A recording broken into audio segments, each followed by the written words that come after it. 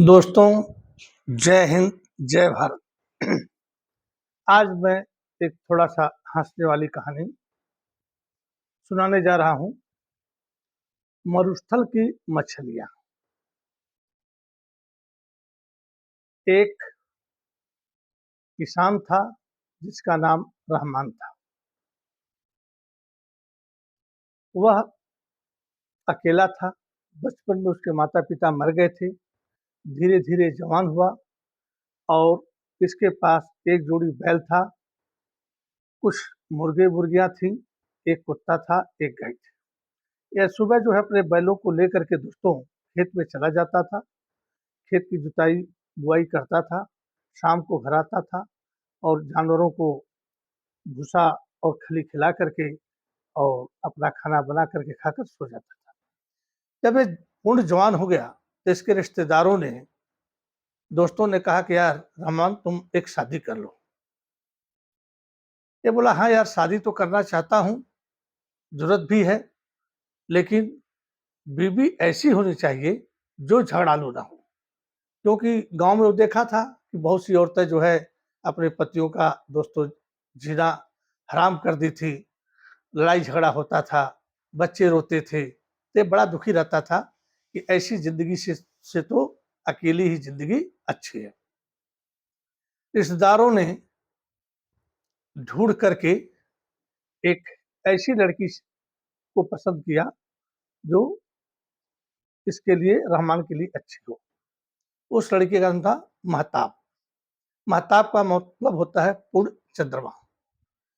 जैसा नाम वैसा ही गुण। इसके साथ उसकी शादी हो गई। पत्नी ने पति को देखा, पति ने पत्नी को देखा, एक दूसरे को पसंद आया और बड़े प्रेम से रहने लगे।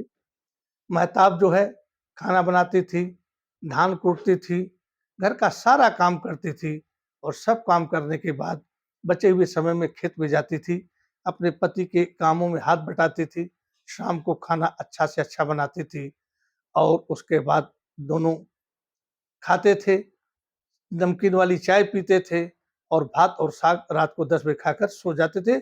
कोई टेंशन नहीं था। पूरे मोहल्ले में सब लोग कहते थे रहमान और महताब की जो जोड़ी है उतनी अच्छी जोड़ी तो किसी की नहीं है, कोई टेंशन नहीं है। ऐसा ही जीवन होना चाहिए। दोस्तों, ऐसा ही चलता रहा। एक दिन कहते हैं ना, विनाश काले विपरीत बुद्धि। कभी भी आप जब घर में सुख शांति हो ना, तो पत्नी से उल्टे सीधे सवाल नहीं किए करना।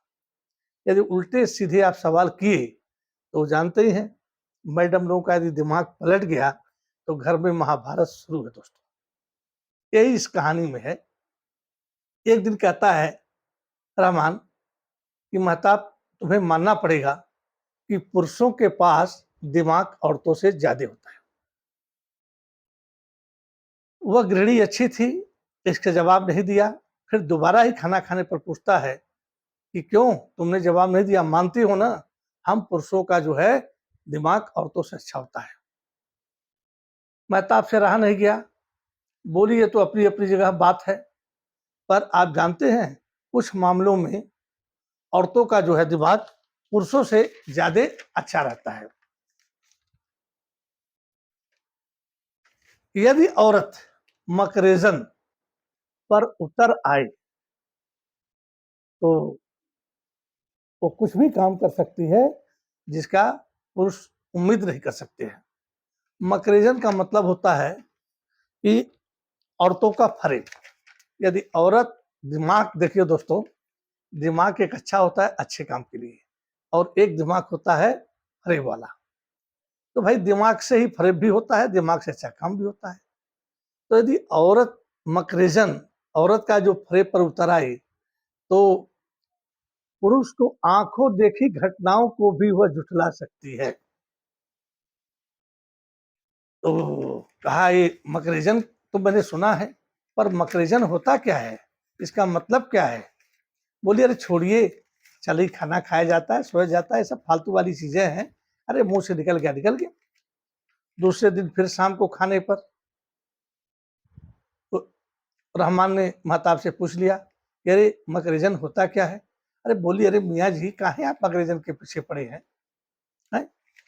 दिन भर थके आते हैं, आने के बाद मुझे मालूम है कि आप थक जाते हैं, मैं गर्म पानी से आपके पैर धोती हूँ, पैर दबाती हूँ, तेल लगाती हूँ, फिर खाना बनाती हूँ। हम लोग का जीवन इतना अच्छा चल रहा है, ये मकरेजन के बारे में क्यों पड़े हो? अब मर्द को शंका लग जाए, तो शंका का तो कोई इलाज होता नहीं है। कहा कि इसका तो पूछना ही पड़ेगा, मकरेजन तो सुना हूँ पर मकरेजन औरतों का फ़रेब होता क्या है? एक दिन वो थोड़ा टाइट होकर के बोलता है कि देख भाई महताब, तुझे रात को कहता है आज तुझे बताना ही पड़ेगा कि मकरेजन क्या होता है। थोड़ा देर वो सोची, बोली मियाँ इसके लिए हमको एक दिन का वक्त दे दीजिए और कल शाम को मैं मकरेजन का अर्थ आपको बता दूंगी। रहमान बोला ठीक है, कल शाम को बता देना। खाया पिया सो गया, खेतों पर चला गया। अब ये क्या कि जैसे ही शाम हुआ, एक फावड़ा लिया और अपने घर से थोड़ी दूर पर जा करके एक गड्ढा खोदा और घर से 8-10 मटके उसमें पानी डाले और कहीं से 5-6 मछलियां ला करके उसमें डाल दी और एक मछली लेकर आकर घर पर रख दिया। पति जब शाम को आने वाले हैं, जब थोड़ी दूर से दिखाई दे गई तो मछली ले आई और मछली को साफ करने लगी। पति आया देखा मछली साफ करते, बोला वाह मछली साफ कर रही हो, आज मछली भात मिलेगा लगता है खाने के लिए। वो कहती हाँ। फिर उसके हाथ पैर धुलवाती है और दबाती है, चाय वगैरह देती है, उसके बाद खाना बनाने में लग जाती है। जब रात के 10 बजे खाना इसको साग और भात परोसती है और उसके बाद जो अपना खाना तो लाते नहीं है, तो ये सोचता है कि अभी तक तो इसने मछली हमको दिया नहीं। सोच रहा हो सकता है मुझे गरम गरम मछली देना चाहती हो, मछली ठंडी हो गई हो, अभी उसको तवे पर गरम कर रही होगी। जब 2 कौर रह जाता है तो कहता है अरे महताब, जब मैं पूरा खाना खा लूंगा तब मछली लाओगी? पति बोलती क्या कहे हो? कहा अरे मछली कब लाओगी? मेरा खाना थोड़ा सा देखो इतना सा रह गया है। कहती मछली? कैसी मछली? कौन सी मछली? मछली था क्या? बोला यार मैं मछली तो नहीं लाता, लेकिन तू साफ नहीं करती। बोला कैसी मछली साफ कर रही थी भाई? अब दोस्तों, मछली भाई साहब देखे थे, मछली को मिली नहीं। बात बढ़ गई। बोला तुम ये करती हो, अभी मछली मेरे सामने बना रही थी। कहती हूँ मैं प्रत्यावर्ती औरत हूँ, बड़ी सीधी हूँ, आज पता चला तू बड़ी कमीनी है। और उसके बाद इसने क्या किया, जो धान कूटने वाला मूसल होता है उठाया और इसके ऊपर दौड़ पड़ा। वो भी जो है खिड़की से कूद पड़ी और लगी चिल्लाने, हाय अल्लाह, मेरी किस्मत में क्या लिखा है, ऐसा ही पति मिला है जो घर में कुछ है नहीं फिर भी कहता है ले आओ खाने दो, ये करो। उसका महताब आगे आगे और रहमान मूसल लेकर पीछे पीछे। अब पूरे गांव में जो है महताब भाग रही है, रहमान भैया जो है मूसल लिए दौड़ा रहे हैं। पूरा गांव जग गया, इकट्ठा हो गया। एक बूढ़े बाबा ने इसके हाथ से मूसल छीन लिया। बोला बता भाई क्या बात है रहमान, आज तक तुम लोग लड़े नहीं, तुम्हारा तो उदाहरण था दूर दूर तक, लेकिन सारा उदाहरण तुमने आज गुड़गोबर कर दिया। तो उसके बाद जो रहमान कहता है, महताब भी बैठ गई रहे कि मैं जब शाम को आया चाचा तो एक मछली पर साफ कर रही थी और जब खाने पर बैठा तो मछली दी नहीं। कहती कैसी मछली, क्या मछली? तो बूढ़े बाबा कहते हैं महताब तू बता। तो महताब कहती कि बाबा इस मरुस्थल में क्या मछलियां मिल सकती हैं आसानी से? तो रहमान कहता अरे बाबा ये मुझे तालाब दिखाइए, तालाब में 4-5 मछली हमने देखा भी है। क्योंकि रहमान जो है से जब ये कही थी कि मैं मछली लाई हूँ, तो कही कि कहाँ कहाँ मिला है? जब उसने आदमी तो पूछते कहाँ मिला है? कहती है जो बंजर जमीन है उस पर एक तालाब फूट पड़ा है और मछली से भरा है। ये उसके साथ गया था और देखा था। तो कहा कि बाबा मैं तालाब में गया था बूढ़े बाबा से, अब मैंने देखा मछलियाँ थी, वहाँ से लाई थी। तो सब लोग कहते हैं कि क्या बात है? कहा चलो देखा जाए। तो इससे पहले ही जब मछली साफ कर रही होती है महताब, तो उसी समय वह जाती है और तालाब को पूरा मिट्टी से भर देती है और मछलियों को हटा देती है, या जो भी करती है। अब मछलियां एक भी नहीं है। ये लोग जाते हैं तालाब देखते हैं तो तालाब है ही नहीं, वहां मछली है ही नहीं। कहते यार मरुस्थल में कहीं मछलियां होती हैं बंजर जमीन पर? वहां तो पानी नहीं मिल सकता और तुम मछली की बात कर रहे हो? कहा करे मैंने खुद देखा है। लेकिन फिर भी वो चुप है कि हाँ यार, तालाब है नहीं, मछलियाँ हैं नहीं। मुझे स्वप्न आया, नहीं स्वप्न नहीं हो सकता है, मैंने तो मछलियाँ बनाते हुए देखा है। अब ये बात रहमान अब हाँ बोले कि ना बोले, पूरी पंचायत के सामने जवाब इसके पास कुछ है ही नहीं। लेकिन उसका दिल तो कह रहा है ना कि मछली तो हमने देखा, बनते हुए देखा, पत्नी हमारी तालाब पर ले गई, तालाब भी देखा, उसमें कुछ मछलियाँ भी देखा, पर ये सब कैसे गायब हो गया, क्या हो गया? फिर जो बूढ़े बाबा थे, वो तजुर्बेदार थे, उन्होंने कहा कुछ तो बात है। उन्होंने कहा, बेटी महताब, साफ-साफ बताओ, तुझे अल्लाह ताला की कसम, कि तुम साफ-साफ बता दोगी तो सारा झगड़ा खत्म हो जाएगा और तुम्हारा जीवन जो है फिर से अच्छी तरह से चलने लगेगा। कहती है, बाबा, मछली तो मैंने बनाया था, लेकिन क्या है कि ये जो है मुझसे मकरेजन शब्द निकल गया। अब मकरेजन का अर्थ जानने के लिए पीछे पड़ गए। मैं कई दिन तक टालती रही, टालती रही, टालती रही और फिर उसके बाद एक दिन जिद कर गए तो हमने कहा कि कल मैं आपको बताऊँगी। तो मैं खुद गई फावड़ा लेकर के, थोड़ा गड्ढा बनाया, उसमें कहीं से मछलियाँ लाई 4-5 डाल दी। एक मछली इनके सामने साफ कर रही थी, आए देखे, पूछे, इनको मैंने तालाब भी दिखाया, मछली भी दिखाया। जब ये आराम करने लगे तो मैं फावड़ा ले जा करके तालाब को ढक दिया, मछलियों को फेंक दिया।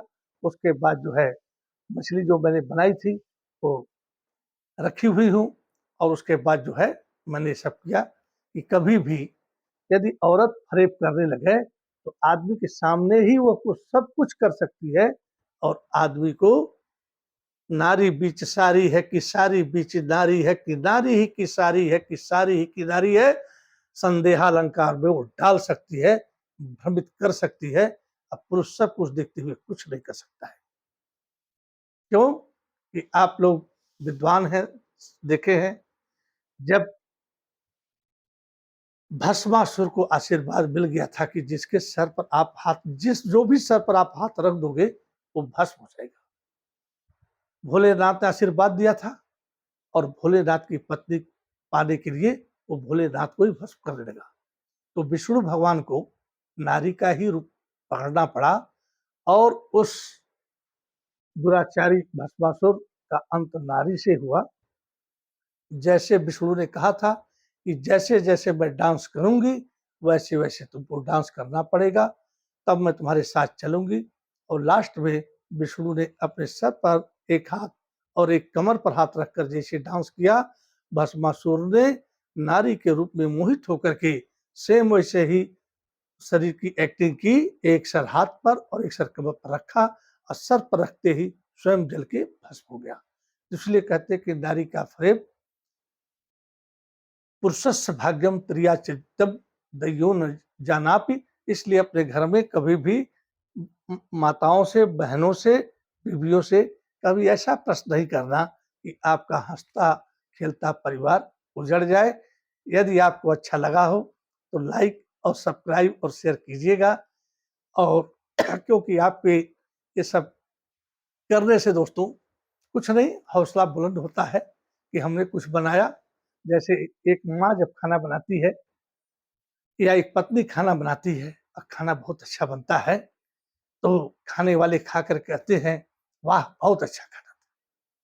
उसको कुछ मिलता नहीं है माँ पत्नी को, लेकिन एक शाबाशी मिलती है, तो उसका दिल गदगद हो जाता है और दूसरे दिन से और अच्छा खाना बनाना चाहती है।